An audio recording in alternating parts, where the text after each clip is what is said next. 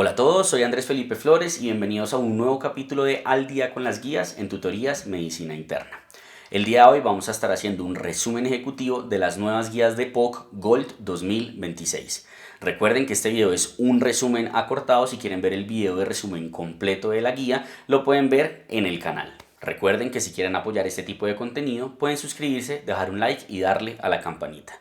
Además, los invito a seguirme en mi Instagram personal, @andresf.med, por donde estoy compartiendo con ustedes muchísimo contenido académico. Y aprovecho la ocasión para invitarlos a adquirir mi diplomado de medicina interna, que está disponible en la plataforma de www.grupomedi.com.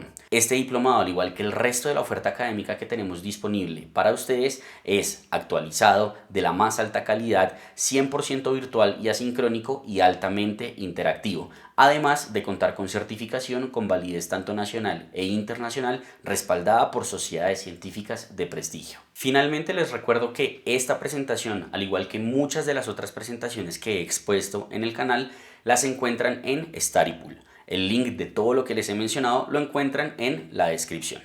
No siendo más, vamos adelante con el video. Empecemos entonces este video de resumen ejecutivo.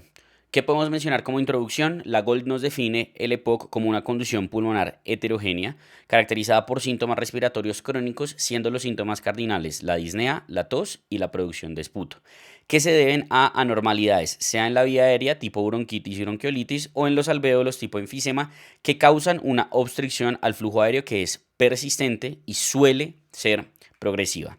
Es de gran importancia ya que es una de las tres principales causas de muerte a nivel mundial.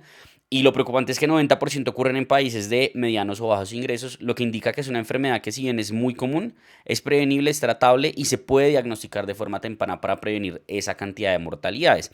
Y actualmente precisamente lo que vemos es eso: hay un subdiagnóstico muy importante o un diagnóstico tardío, que es lo que quisiéramos evitar. En términos de la patogenia, podemos decir que la EPOC se resume en esta mnemotecnia o en este acrónimo que es getómica. Genética, un factor de riesgo ambiental, en inglés Environmental Risk Factor, y un tiempo de exposición. En riesgos ambientales podemos hablar de tabaquismo, podemos hablar de biomasa, podemos hablar de otros. Tabaquismo es la causa más común en el mundo, hasta el 50%, pero la biomasa va a cobrar más importancia en países en desarrollo. En términos fisiopatológicos, pues básicamente esas alteraciones genéticas, esa exposición ambiental y ese tiempo de exposición lo que van a llevar es a estos dos cambios: cambios inflamatorios y cambios estructurales. A nivel inflamatorio, ¿qué va a ocurrir? Vamos a tener una inflamación crónica en la vía aérea y en el parénquima hepático, que va a generar atracción de otras células, digamos, de la respuesta inmune y producción de factores de crecimiento, mayor estrés oxidativo, y esto puede o no verse acompañado de una reacción inflamatoria tipo 2, que es esta reacción inflamatoria más alérgica atópica, con predominio eosinofílico y de inmunoglobulina E.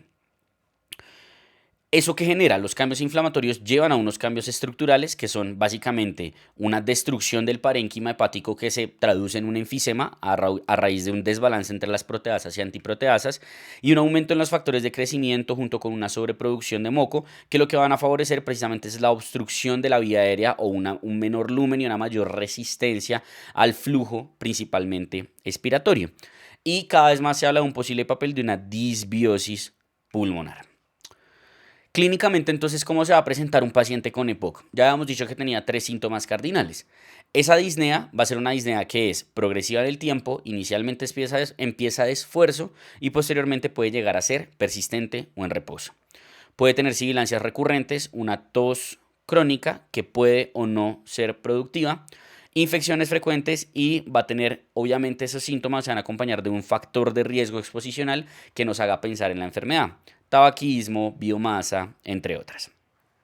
Y pueden haber pues muchas otras formas de presentación clínica. Fíjense ustedes ahí: opresión torácica, síncope con tos, fracturas por tos, entre muchas otras. Si yo considero entonces que un paciente puede tener EPOC, lo que voy a hacer es tomarle una espirometría. Esa es la forma en la cual voy a confirmar el diagnóstico. Y lo que voy a evaluar es la relación FEP1 sobre FBC. Si la relación FEP1 sobre FBC está mayor a 0.7, listo, no tiene EPOC. Si está menor a 0.7, lo que voy a hacer es tomarle una muestra post-broncodilatador. Y si permanece inferior a 0.7, el EPOC está confirmado. Si está mayor a 0.7, pues ya tendría que evaluar qué es lo que está ocurriendo. Obviamente, como mencionábamos, la espirometría debe acompañarse de esa correlación clínica con los síntomas que mencionábamos en la diapositiva anterior. Vale la pena aquí mencionar que la guía de la GOLD no adopta la nueva definición del llama, ya que precisamente la tomografía que requiere esta nueva definición del llama EPOC no está del todo asequible, sobre todo en países en vías de desarrollo. Entonces, a raíz de eso, pues no adoptan esta nueva definición que salió en el 2025, publicada en el llama. Digamos que las cosas nuevas que tiene esta guía es esto. Nos dan, digamos, como una orientación muy clara respecto a en quiénes deberíamos buscar temprana y activamente la enfermedad pulmonar obstructiva crónica.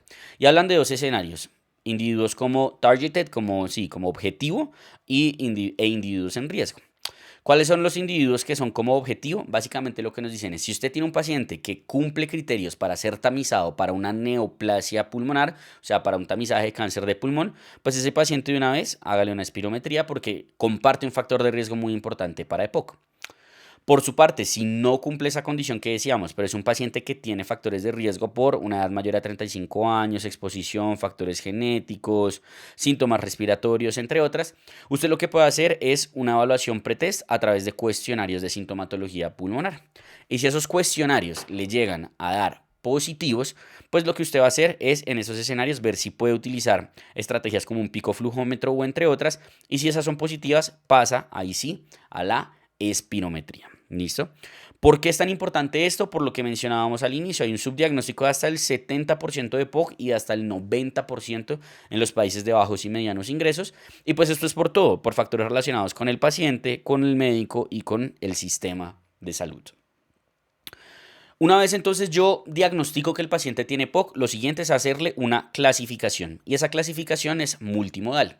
Voy a evaluar en primera instancia la severidad de la obstrucción. Y la severidad de la obstrucción la puedo determinar en la espirometría a través del valor del FEP1. GOLD 1, 2, 3 y 4, más de 80, 50, 79, 30, 49, menos de 30% del FEP1. Esta clasificación sirve más en términos pronósticos y en términos de seguimiento, pero no me define tratamiento. El tratamiento lo voy a definir con otras dos clasificaciones que voy a utilizar, que es el riesgo de exacerbaciones y la carga sintomática. ¿Cómo voy a definir riesgo de exacerbaciones? Este es otro de los cambios que tenemos en esta guía. Si yo solo tengo una exacerbación, así sea moderada, mi paciente ya lo voy a clasificar como un GOLD E. Eso fue lo que cambió. Antes necesitaba una severa o dos moderadas. Ahorita desde una moderada ya es GOLD E. Si por el contrario no tiene un alto riesgo de exacerbación, es decir, no ha tenido una exacerbación en el último año, evalúo la carga sintomática con el MMRC y el CAT. Y según eso voy a determinar si es un GOLD A o un GOLD B. Esta es la clasificación más importante, porque con base en esta clasificación de A, B y E es que voy a determinar cómo voy a instaurar el tratamiento de los pacientes. Entonces el manejo va a tener dos, digamos, como objetivos principales: reducir síntomas y reducir el riesgo de exacerbaciones. Y para eso pues hay algunos términos que se hablan como baja actividad de la enfermedad, enfermedad estable, entre otras, pero pues digamos que lo importante es esto, ¿cierto? Lograr reducir síntomas y reducir exacerbaciones. Para esto pues tengo un manejo farmacológico y no farmacológico. El manejo no farmacológico va a incluir cesación de tabaquismo, sea con manejo farmacológico o no farmacológico, actividad física, vacunación, ¿cierto? E idealmente siempre incluir todo lo que sería como los términos de educación y demás en estos pacientes. Lo que va a cambiar si yo estoy frente a un EPOC GOLD A o un EPOC GOLD B o E es que a todo lo que mencioné anteriormente le voy a sumar rehabilitación pulmonar. Y esa rehabilitación pulmonar es de gran importancia, pero para mejorar sobre todo alivio sintomático y calidad de vida en estos pacientes. Como les decía, incluye educación, automanejo, cuidado multidisciplinario. El seguimiento del manejo no farmacológico pues va a ser precisamente con esos dos objetivos que dijimos que teníamos, la disnea y las exacerbaciones.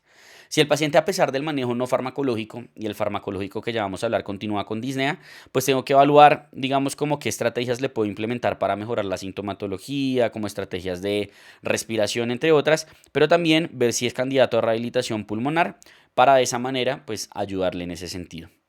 Mientras que si el problema es que tiene exacerbaciones, pues lo que tengo que ver es que si el paciente se está exponiendo a factores que están desencadenando esto, estar seguros que el paciente esté tomándose bien la medicación, entre otras, y también nuevamente rehabilitación pulmonar es algo que voy a considerar. Ahora, en cuanto al manejo farmacológico, pues lo que yo voy a hacer básicamente es determinar si el paciente ya tenía o no tratamiento. Por ahora nos vamos a ir por este lado, ¿cierto? Asumamos que es un paciente que es naif, no ha recibido nunca un tratamiento ni nada por el estilo.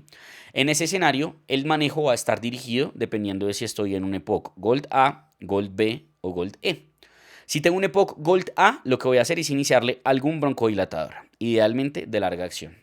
Si es un EPOC Gold B, voy a iniciarle sí o sí doble terapia, con LABA más LAMA. Y si es un EPOC Gold E, le voy a iniciar como mínimo terapia dual, pero si mi paciente tiene eosinófilos mayores a 300, voy a considerar LABA, LAMA con ICS, que es un corticoide inhalado. Una vez yo le inicio el tratamiento, pues lo que voy a hacer es el seguimiento. Y nuevamente evalúo la disnea o las exacerbaciones. Si el problema de mi paciente es que persiste disnéico y estaba en monoterapia, lo paso a terapia dual con LABA-LAMA. Y si a pesar de eso sigue sintomático, pues voy a evaluar la posibilidad de añadir ensifentrina, que esa está recomendada desde la Gold pasada, pero hasta este año, si no me falla la memoria, la incluyeron en el algoritmo. Y voy a ver si es que el paciente tiene una buena técnica, si le cambio el tratamiento que estoy haciendo. Y muy importante, pues voy a evaluar si lo que pasa es que de pronto tiene otras causas de disnea. Si por el contrario, el problema del paciente es que está con muchas exacerbaciones, si está con LABA o LAMA, voy a ver el conteo de eosinófilos. Si es bajo, LABA más LAMA. Si es alto, LABA más LAMA más ICS. En este escenario, si sigue exacerbándose y los eosinófilos ahora son mayores a 100, también LABA, LAMA y si es. Digamos que por encima de 300 sí o sí va. Pero por encima de 100 eosinófilos, si sigue con exacerbaciones recurrentes, también le pongo el LABA, LAMA y si es. Y si pese a eso se sigue exacerbando, aquí tenemos otro de los cambios de esta guía. Si el paciente tiene eosinofilia, puedo iniciarle un biológico, sea dupilumab o mepolizumab. Y si no, pues puedo utilizar roflumilast o acitromicina por un año. Y pues voy a evaluar otros parámetros del seguimiento como espirometría, caminata de 6 minutos, imagenología de control sin nada que logro controlarlo para ver si hay algo más que me explique el por qué mal control sea de disnea o de exacerbaciones y así sucesivamente. En cuanto a otros manejos, pues digamos que los más importantes siempre a considerar van a ser la oxigenoterapia y el soporte ventilatorio. La oxigenoterapia es de gran importancia ya que reduce la mortalidad en los pacientes. Entiendo oxigenoterapia en EPOC como un paciente que tiene 16 horas o más al día de oxígeno suplementario. ¿Listo? Y también es importante determinar si un paciente va a viajar en avión, si requiere una oxigenoterapia. ¿Cómo voy a determinar eso? Si ya usa oxigenoterapia, pues obviamente la necesita en el avión. Si no, le hago una caminata de 6 minutos. Y si en esa caminata de 6 minutos no se desatura por debajo del 84%, no lo va a requerir. Sí va a requerir oxígeno suplementario. Y en cuanto al soporte ventilatorio, digamos que esto tiene principalmente evidencia en insuficiencia respiratoria aguda y en exacerbación. Sin embargo, a nivel crónico pareciera que en aquellos pacientes que después de una exacerbación permanecen hipercápnicos a las 2 a 4 semanas de haber salido de la exacerbación, uno pudiera considerar dejarles soporte ventilatorio, BiPAP o algo por el estilo, ya que esto se ha demostrado que reduce hospitalizaciones y reduce mortalidad. Si pese a eso mi paciente sigue mal, se sigue exacerbando o sigue con mal control sintomático, pues voy a considerar terapias invasivas, en donde voy a tener, por ejemplo, bullectomías, cirugías de reducción de volumen, terapias endobronquiales como todas estas que estamos viendo acá. Y algo importante, si nada de esto funciona, pues trasplante pulmonar es la última opción de manejo para estos pacientes y de hecho es la única forma de curar como tal la enfermedad pulmonar obstructiva crónica. Que es importante que sepamos de todo esto que hemos hablado, qué es lo que realmente impacta en mortalidad. En manejo farmacológico, lo único que impacta en mortalidad es la triple terapia. LABA, LAMA más ICS en los pacientes que tienen indicación. Y en manejo no farmacológico, cesación de tabaquismo, rehabilitación pulmonar, oxigenoterapia, ventilación mecánica no invasiva y cirugías de reducción de volumen, todo en los pacientes que tengan pues la indicación para hacer uso de cada una de esas intervenciones. Ahora, otro escenario muy importante más allá del manejo crónico es la exacerbación. Vamos a definir una exacerbación como un aumento agudo en menos de 14 días de los síntomas de EPOC, disnea, tos o producción de esputo, que se puede acompañar de taquicardia o taquipnea, inflamación local o sistémica y se debe a un insulto en la vía aérea, que pueden ser pues varios tipos de insultos, infecciosos, no infecciosos, entre otras. Esto es de gran importancia ya que fíjense que un paciente con EPOC que se exacerba el 50% a los 5 años ha fallecido. Y a las 8 semanas solo el 20% ha recuperado su funcionalidad previa a la exacerbación. Por lo cual es de gran importancia siempre estarlas indagando si hayan sido leves y los pacientes no hayan ido a los servicios de urgencias. El abordaje diagnóstico básicamente lo que tiene que hacer es una historia clínica completa con un examen físico completo, buscar cuál es la posible causa de la exacerbación y con base en eso establecer una estrategia de manejo y de seguimiento de ese paciente. Para esto lo que yo tengo que hacer es clasificar la severidad de la exacerbación.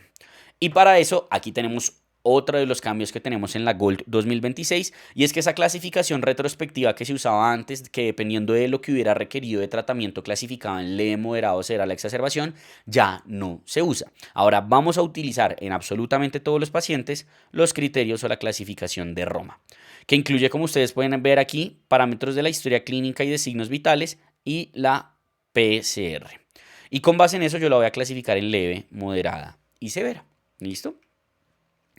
Además, en aquellos pacientes que tienen una exacerbación severa y que requieren hospitalización, yo voy a hacer una segunda clasificación, que es esta. Si el paciente tiene insuficiencia respiratoria o no, y si esa insuficiencia respiratoria amenaza o no amenaza la vida. Y de ahí nuevamente, frecuencia respiratoria, uso de músculos accesorios, estado de la conciencia, oxigenoterapia necesaria y parámetros gasométricos son los que me van a ayudar a determinar esto. Con base en eso, pues yo lo que voy a hacer es determinar el sitio de manejo. En general, si un paciente tiene una exacerbación leve, no tiene comorbilidades exacerbadas, es un paciente que coopera y tiene una buena red de apoyo, manejo ambulatorio. De lo contrario, se va a hospitalizar y a la UCI pues van a ir aquellos pacientes que requieran ventilación mecánica invasiva, ¿cierto? O aquellos pacientes que tengan inestabilidad hemodinámica o que no mejoren a pesar de el tratamiento que uno les haya instaurado al inicio en el manejo. ¿Cómo va a ser ese manejo entonces? Tenemos 3 pilares de manejo y 2 como consideraciones adicionales. Primer pilar de manejo, broncodilatadores. Voy a iniciar broncodilatadores de corta acción, que puede ser SABA con o sin SAMA. Importante que esto no es como en asma, no le pongo un esquema de crisis y un montón de salbutamol, sino que son 2 puffs cada 4 horas. Y garantizo que mi paciente continúe o inicie de una vez los inhaladores de larga acción, que lo voy a dejar de mantenimiento crónico. Segundo pilar del manejo, corticoides sistémicos. Voy a utilizar prednisolona a dosis de 1 miligramo por kilo, máximo 40 miligramos por 5 días. ¿Esto qué logra? Disminuye el tiempo de recuperación, mejora la función pulmonar y la oxigenación, pero lo hace a expensas de unos riesgos de mortalidad, de neumonía y de sepsis. A raíz de eso han propuesto que uno pudiera categorizar qué pacientes se benefician o no de los corticoides con los eosinófilos, pero por ahora eso no tiene recomendación. Por ahora todos van con corticoide sistémico, por lo menos si llegan al hospital. El tercer pilar de manejo es la oxigenoterapia, pero esa la vamos a hablar ahorita y antes vamos a hablar de esta parte que es como uno de los manejos opcionales, que son los antibióticos. Evidentemente, si mi paciente tiene una neumonía, pues le voy a poner antibiótico. Pero si no tiene una neumonía tan clara, ¿cuáles serían las indicaciones de poner antibiótico en una exacerbación de POC? Paciente que dentro de sus síntomas tenga un aumento en la purulencia del esputo, que tenga un cultivo de esputo previo positivo, que requiera ventilación mecánica. ¿Listo? Importante, ni la procalcitonina ni la PCR sirven para esto.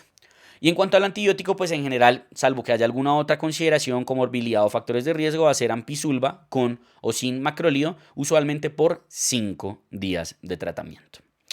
Y ahora sí llegamos al tercer pilar de manejo de la exacerbación, que es la oxigenoterapia. Básicamente lo que yo voy a buscar es una saturación de 88 a 92%, idealmente con Venturi, si no con la menor dosis necesaria de oxígeno por cánula nasal que requiera mi paciente, y lo voy a estar monitorizando con gases arteriales. Y lo que yo tengo que plantearme en términos del manejo de la oxigenación de estos pacientes es si requieren o no ventilación mecánica. En este escenario, claramente se prefiere la ventilación mecánica no invasiva, ya que tiene un beneficio en mortalidad y disminuye la tasa de intubación y de neumonía asociada al ventilador.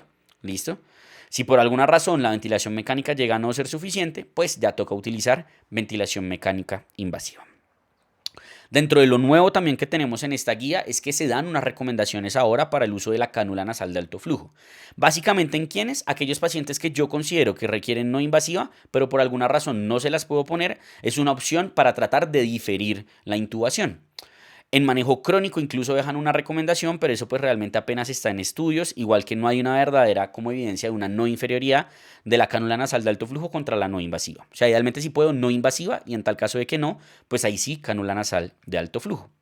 ¿Y cuáles son las indicaciones para esa ventilación mecánica no invasiva? La más importante es acidosis respiratoria. Un paciente que tenga un pH bajo con una PaCO2 elevada es candidato a ventilación mecánica no invasiva. Y de ahí en adelante básicamente es que no mejore y persista con hipoxemia a pesar del manejo inicial. Y para la ventilación mecánica invasiva va a ser que yo intente esto y no funcione, o que por alguna razón no lo pueda hacer, o que mi paciente pues ya tenga una indicación obvia de intubación, inestabilidad hemodinámica, arritmias ventriculares, paro cardiorrespiratorio, entre otras. Después de eso, pues lo que yo voy a hacer es garantizar que el paciente se recupere y demás, y le voy a dar un egreso con un seguimiento temprano, idealmente a las 4 semanas y posteriormente a los 3 meses. Además de eso, pues digamos que es muy importante que el paciente tenga una valoración integral, no solo de su componente pulmonar, sino de sus comorbilidades, del componente funcional, del componente mental, valorando siempre la fragilidad, y con base en eso pues se evalúe todos los aspectos, el aspecto mental, respiratorio, cardiovascular, metabólico y de otros órganos, para con base en eso dar un diagnóstico oportuno y manejo eficiente, ya que el manejo de las comorbilidades del paciente con EPOC mejora los desenlaces del mismo. Con esto terminaríamos entonces este resumen ejecutivo. Espero que les haya gustado. Cualquier duda que tengan déjenla en los comentarios y trataré de responderla lo más pronto posible.